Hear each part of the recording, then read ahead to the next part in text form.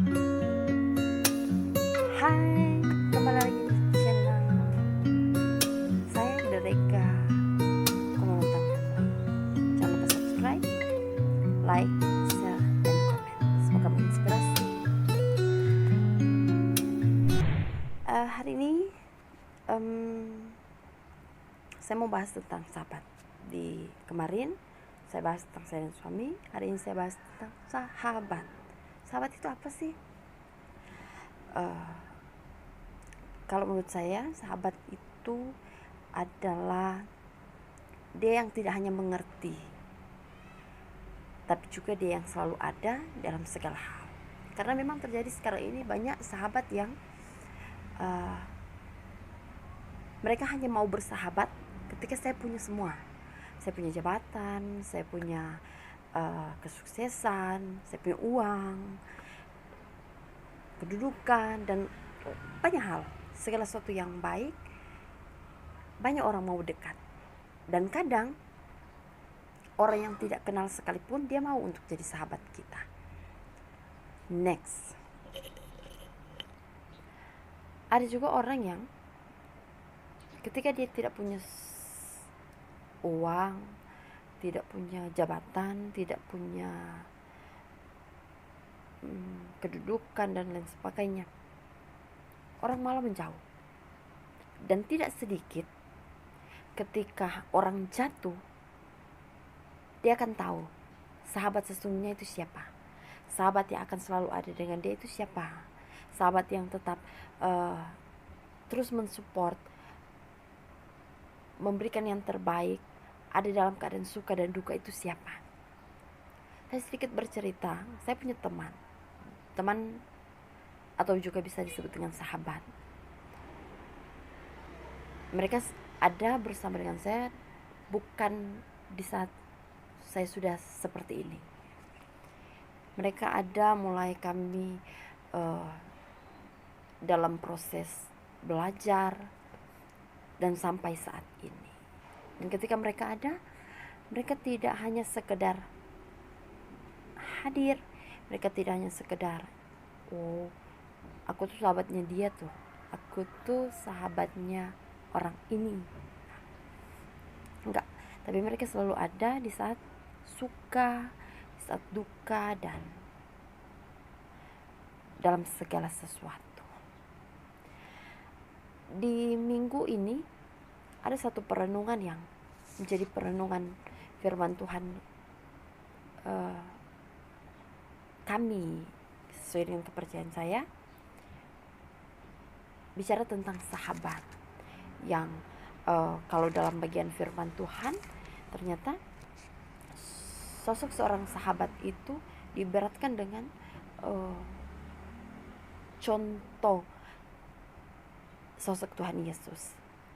Dia mau untuk menjadi sahabat sampai dia mau untuk mengorbankan dirinya, nyawanya untuk sahabat-sahabatnya. Dan disebutkan juga dalam firman Tuhan bahwa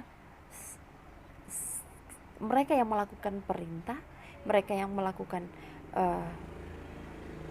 segala sesuatu yang dikehendaki tinggal di dalamnya, dia akan disebut sebagai sahabat, bukan lagi sebagai hamba. Karena memang kalau kita tahu bahwa seorang hamba pasti dia tidak akan pernah tahu apa yang tuannya mau lakukan. Dia tidak akan pernah tahu apa yang tuannya kerjakan, mungkin secara dalam. Tapi sahabat, sukanya dia akan tahu, dukanya dia akan tahu.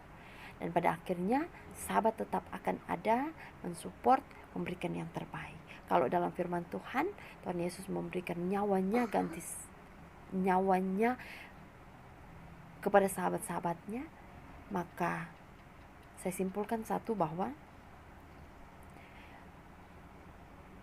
satu hal yang berharga dalam kehidupan saya, dalam kehidupan semua yang lihat nonton channel ini, YouTube ini, adalah suatu hal yang bisa kita berikan kepada orang-orang sekitar kita. Apa sih yang berharga? Saya tidak punya apa-apa.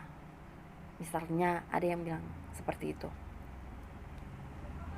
Kita punya sesuatu yang berharga yang hanya bisa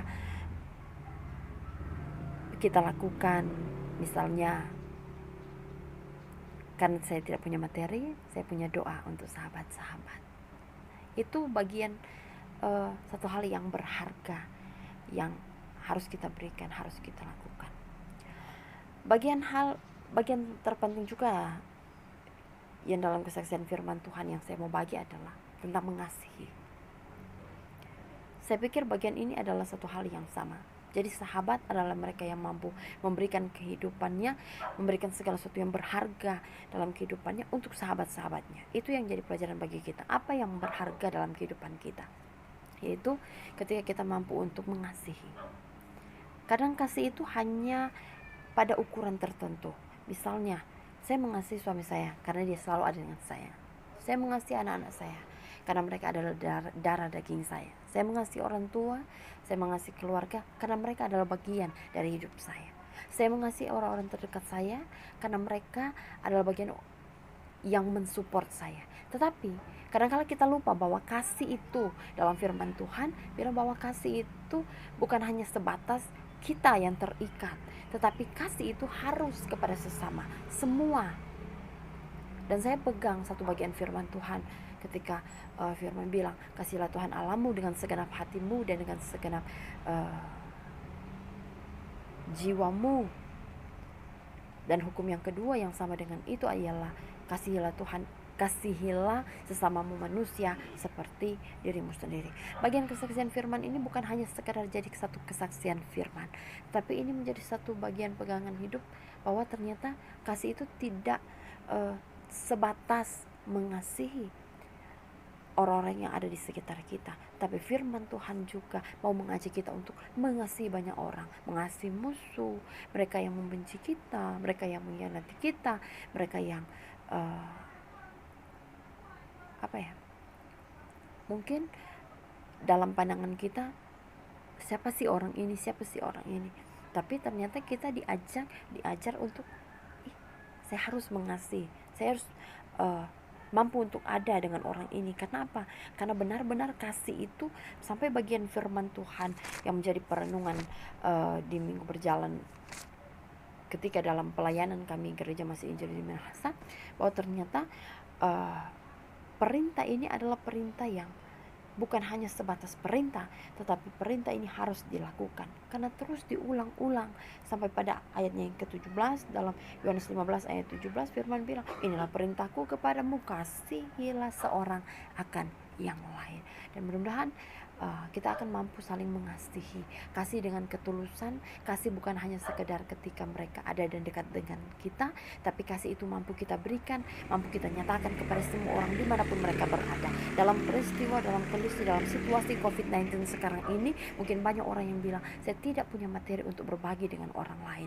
Tapi saya yakin dan percaya bahwa kita mampu memberikan banyak hal dalam kehidupan orang lain yang ada di luar sana. Dengan apa? Kita berdoa, kita doakan orang-orang yang ada di luar sana sambil dalam keyakinan bersahabatlah dengan semua orang. Jadikanlah kehidupan kita berkat bagi banyak orang, terlebih dalam keyakinan iman bahwa kalau Yesus mampu mengasihi saya dan saudara-saudara, maka kita pun mampu mengasihi orang lain, orang-orang yang di luar sana dengan kasih yang tulus, bukan dengan kasih yang pura-pura. Selamat menikmati berkat Tuhan. Tuhan Yesus terus menolong dan memberkati saya dan saudara-saudara, menilai kehidupan kita semua, memulihkan dunia ini, memulihkan kehidupan kita jadi pribadi yang lebih baik dari hari kemarin. Tuhan Yesus memberkati. Salam untuk sahabat-sahabatku, semua sahabat-sahabatku, secara khusus teman-temanku yang hebat, yang luar biasa, yang tetap ada dalam keadaan suka dan duka. Ibrani, Winda, Helma, Anggita, love you. Emma, miss you.